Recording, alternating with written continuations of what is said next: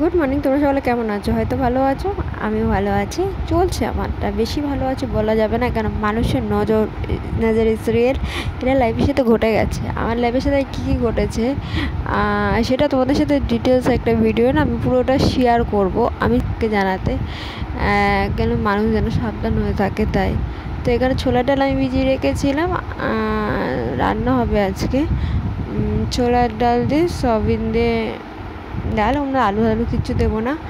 আর খুব খিদাও পেয়েছে, চলো আমি একটু ম্যাগি খেয়ে নিই, মানে ইপিটা একটু বানিয়েছি, চলো খেয়ে নিই চট করে। আমি সকালবেলা খাই না, কিন্তু আগের দিন এটা তেমন কিছু খাওয়া হয়নি, খুব খিদাও পেয়ে গেছে। এটা গণেশ পুজোর আগের দিনের ব্লগ, এটা আমি এখন পোস্ট করছি, যার কারণ আমি এটা পোস্ট করতে ভুলেই গেছিলাম।